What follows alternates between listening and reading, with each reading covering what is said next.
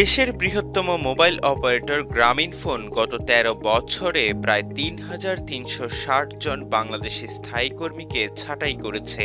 ফলে প্রতিষ্ঠানটিতে কর্মরত বাংলাদেশি কর্মীর সংখ্যা নেমে এসেছে ১,৬৪০ জনে। বিপরীতে বাড়ছে ভারতীয় নাগরিকদের আধিপত্য। ছাঁটাই হওয়া বাংলাদেশি কর্মীরা যেসব কাজ করতেন তা দেয়া হয়েছে বাংলাদেশে কার্যক্রম পরিচালনা করা ভারতীয় মালিকানাধীন দুই প্রতিষ্ঠানকে।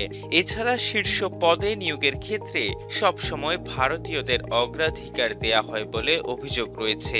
এতে মুদ্রা পাচার, কমিশন বাণিজ্য, সেবার মানের অবনতি ও তথ্য পাচারের মতো ঘটনা ঘটার শঙ্কা তৈরি হয়েছে। দেশের বৃহত্তম এই মোবাইল অপারেটরটির দেশীয় কর্মীদের ছাঁটাই করার ক্ষেত্রে যুক্তি দেখানো হয় তারা প্রযুক্তিতে অদক্ষ, বিরোধী রাজনৈতিক দলের কর্মী, কুচক্রী, অসুস্থ, আহত, শারীরিকভাবে অক্ষম, শ্রমিক ইউনিয়নের সদস্য ও কোম্পানির স্বার্থ বিরোধী কর্মকাণ্ডে জড়িত। বিপরীতে এসব কাজ পায় ভারতীয় মালিকানাধীন দুই প্রতিষ্ঠান জেনেক্স এবং উইথপ্রো। অভিযোগ রয়েছে রাজনৈতিক বিবেচনায় আওয়ামী লীগ বিরোধী, কোম্পানির বেআইনি কার্যক্রমের বিরোধিতাকারী এবং ম্যানেজমেন্টে থাকা দুর্নীতিবাজদের ব্যক্তিগত পছন্দ ও অপছন্দের কারণে এতদিন চাকরিচ্যুত হয়েছেন বাংলাদেশি কর্মীরা। শঙ্কার বিষয় হচ্ছে দেশের অন্যতম এই মোবাইল অপারেটরের ৫টি গুরুত্বপূর্ণ পদে নিয়োগ পেয়েছেন ভারতীয় নাগরিকরা।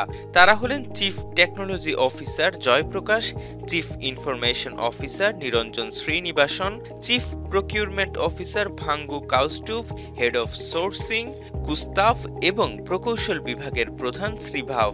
কোম্পানির সব তথ্য তাদের হাতের নাগালে রয়েছে।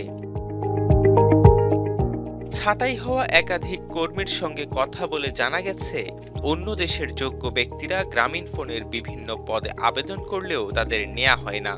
নিয়োগের ক্ষেত্রে যোগ্য হিসেবে শুধু ভারতীয়দেরই প্রাধান্য দেয়া হয়। গ্রামীণফোনে ভারতীয় কর্মীদের আলাদা কদর রয়েছে বলে অভিযোগ প্রতিষ্ঠানটির কর্মীদের। সংশ্লিষ্ট সূত্র জানায়, শুরু থেকেই গ্রামীণফোনে ভারতীয় নাগরিকদের চাকরির ক্ষেত্রে প্রাধান্য দেয়া হয়েছে। নিয়োগের ক্ষেত্রে কেন ভারতীয়দের প্রাধান্য দেয়া হয় বিষয়টি ঊর্ধ্বতন কর্মকর্তাদের কাছে জানতে চেয়ে রোষানলের শিকার হতে হয়েছে অনেককে। এর মধ্যে অনেককে চাকরি থেকে ছাঁটাই করা হয়েছে।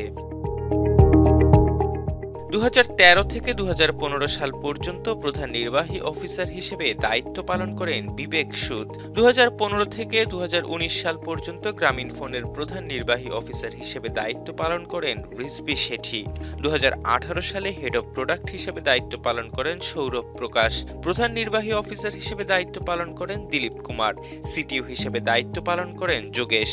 ২০২২ থেকে ২০২৪ সাল পর্যন্ত হেড অব সার্ভিসে ছিলেন হিতেশ সুদ। হেড অব কালেকশন হিসেবে দায়িত্ব পালন করেছেন সরবজিৎ সিং। জেনারেল ম্যানেজার ছিলেন রবীন্দ্র শিখর। গ্রামীণফোনের একাধিক কর্মী জানান, প্রতিষ্ঠানটি সদর দপ্তর ও বিভাগীয় পর্যায়ের গুরুত্বপূর্ণ পদে বহু ভারতীয় নাগরিককে কাজে রেখেছে। গ্রামীণফোনের হেড অফ এক্সটার্নাল কমিউনিকেশন অঙ্কিত সুরেকা গত বুধবার আমার দেশকে জানান, গ্রামীণফোন দেশের সব আইন কানুন ও বিধি বিধান মেনে ব্যবসা পরিচালনা করে।